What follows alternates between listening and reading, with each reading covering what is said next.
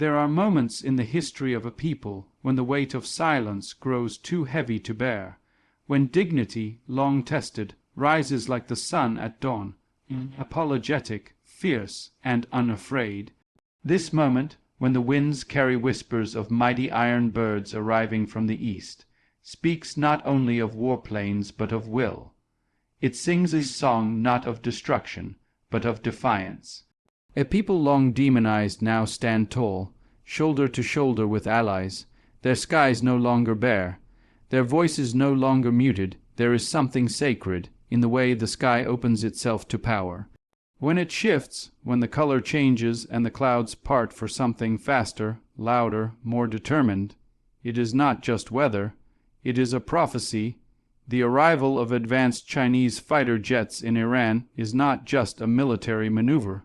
It is the turning of a page in a long and painful history. These are not just machines of war. They are symbols loud and clear that say, "We see you, you are not alone. The days of standing in silence are over." For too long, Iran stood like an ancient tree in a storm, battered, isolated, accused. The branches may have cracked, but the roots only dug deeper. While others underestimated her resilience, her patience grew strong, and her memory long. Now, with the skies above her stretching wide and proud, the winds carry the sound of roaring engines from an isle, once distant, now near. And those who once hoped the tree would fall must now face the fact it has only grown taller, and now it has wings. These jets are not just sleek silhouettes against the sun, they are declarations. They scream the truth that Iran has waited years to pronounce. We will not be dominated. We will not be dictated to. We will not fold beneath the weight of pressure. There is something unshakable about a nation that has suffered and still stands. But there is something even more powerful about that nation receiving reinforcement from afar, not as a charity, but as a sign of shared purpose. The message embedded in these jets is louder than any speech and clearer than any negotiation. It says, "If you try to strike us from the sky, you will no longer find us helpless. We too have learned to fly." That is not aggression. It is evolution. That is not chaos. It is control. That is not revenge. It is readiness. When a people have suffered embargoes, threats, and betrayals, they do not forget.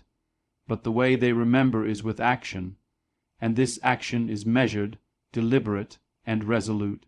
So let the sky be watched by new eyes. Let the air be guarded by new wings. Let every horizon know that Iran's sovereignty is no longer a lonely cry, it is a chorus. That chorus is not only Iranian, it is international. It is echoed by those who understand what it means to be pushed, to be cornered, to be doubted, and still to rise. These jets are not just about today's battlefield. They are about tomorrow's pride. They are the wings of dignity, and once dignity flies, it does not land easily again. Preparation is not noise. It is not the banging of drums or the waving of banners. True preparation happens in silence, in patience, in discipline. It is forged in long nights, in whispered plans, in hands that never stop working, even when the world sleeps. And now Iran's readiness, shaped by decades of trial, encircled by sanctions, tempered by betrayal, has taken to the skies. The advanced fighter jets gifted or sold by China do not signify a reckless thirst for war. They represent the sharpened blade of a nation that has learned how to wait and how to act wisely. To be prepared is not to be eager for blood. It is to be unwilling to bleed again without defense. Iran, once targeted from the air, once bombarded with impunity, is now standing firm with eyes wide open. The arrival of these jets is not the beginning of a battle. It is the assurance that no battle will go unanswered. Every wheel that touches the tarmac, every missile mounted, every radar tested, is an act of remembrance. It recalls every airstrike, every innocent life lost, every call for justice that was ignored by those who speak of peace yet thrive on chaos. Iran is not declaring war. Iran is declaring awareness. The jets are a warning, not of what will be done, but of what will no longer be tolerated. That is the difference between chaos and clarity. Clarity knows the cost of war and does not seek it. But it also knows the cost of vulnerability and does not accept it. To be ready is to honor the value of life, not just your own, but your nation's, your people's, your children's. There is wisdom in readiness. Wisdom that says, we do not wish to fire the first shot, but we will never again allow the last one to silence us. There is dignity in training, dignity that whispers, even if the world refuses to defend us, we will never stop defending ourselves. Iran's pilots prepare not with hate in their hearts, but with resolve in their spirits, because to defend is not to destroy. It is to protect what has been built through sweat and sorrow. Some will call it escalation. Some will call it threat, but truth wears no disguise. It is simply readiness, and readiness is a kind of peace. It is the peace that says, come if you must, but know that this time you will not find us sleeping. Every fighter jet standing in Iranian hangars today is not a cry for war. It is a demand for respect. For too long, Iran was forced to watch the skies with fear. Now she watches them with power. And when a nation gains the power to protect its own air, it gains something even greater, freedom. No ally is too far when the soul is aligned. Bonds formed in the furnace of shared struggle burn brighter than treaties written on paper. When China sends its advanced fighter jets to Iran, it is not merely extending a strategic arm. It is offering recognition, respect, and solidarity. This is not about proximity of borders, but about the closeness of vision. It is about two nations, different in tongue but united in purpose, saying to the world, we see beyond your labels. We honor each other's right to exist, to grow, to defend. Iran has stood alone many times, surrounded by those who wished to isolate her. They tried to cut her off from trade, from diplomacy, from strength, but isolation only sharpens the will of the resilient.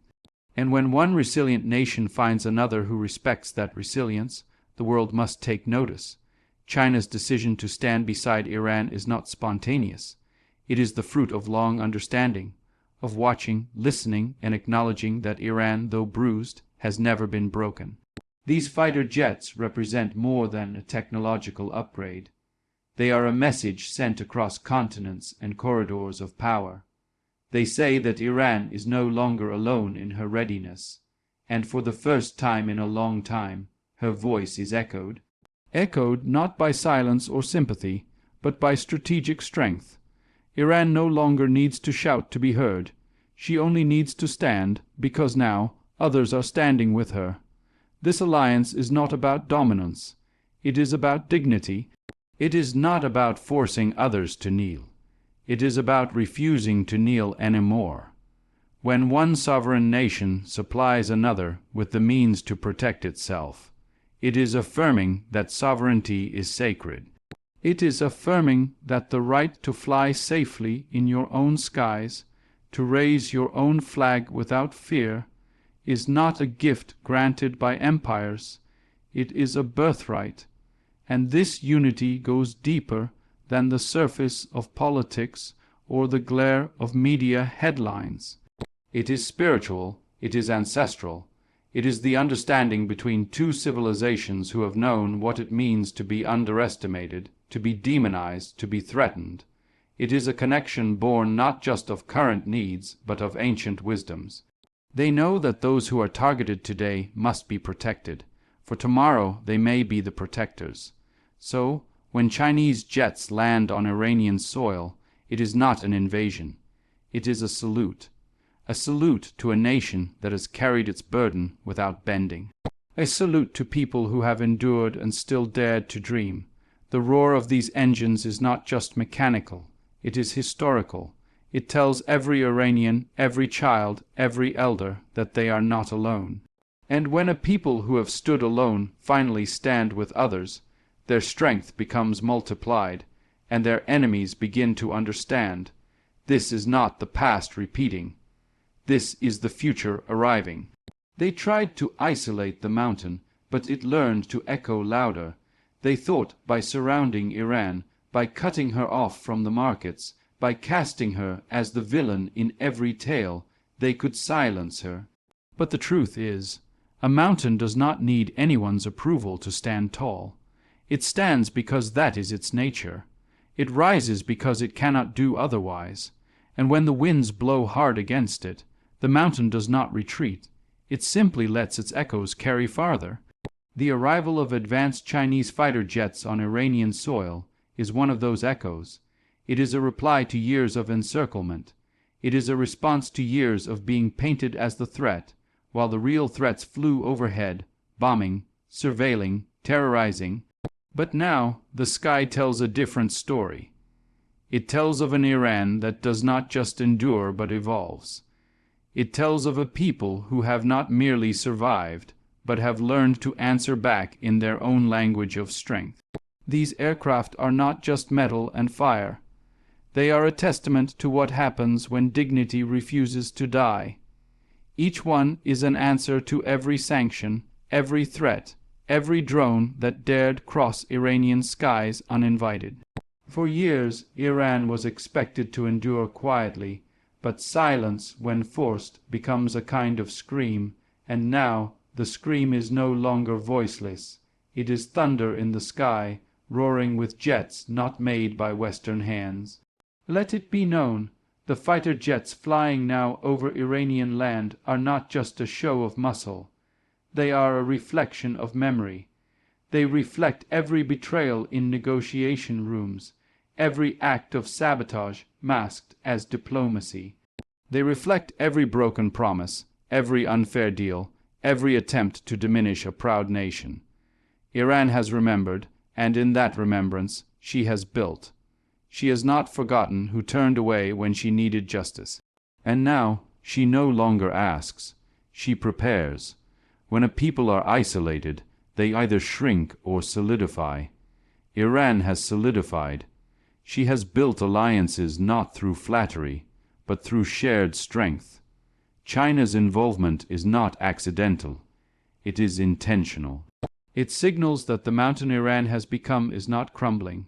It is growing larger, more unshakable. It is not just standing, it is commanding. And so the echo rings out, carried by the wings of new aircraft, telling the world that the mountain they tried to bury has not only survived, it has learned how to speak in storms. The attempt to isolate has only amplified the voice. The strategy of suppression has birthed defiance. And now, when Iran looks to the sky, she sees more than clouds. She sees promise. She sees partnership. She sees protection. And most importantly, she sees herself not as a prisoner of past narratives, but as the author of a new one, written in strength, spoken in the language of steel and sky. The day you stop begging is the day the world hears your command. For too long, Iran was made to stretch out its hand, to knock on doors that would never open, to ask for a seat at tables that were never meant to include her.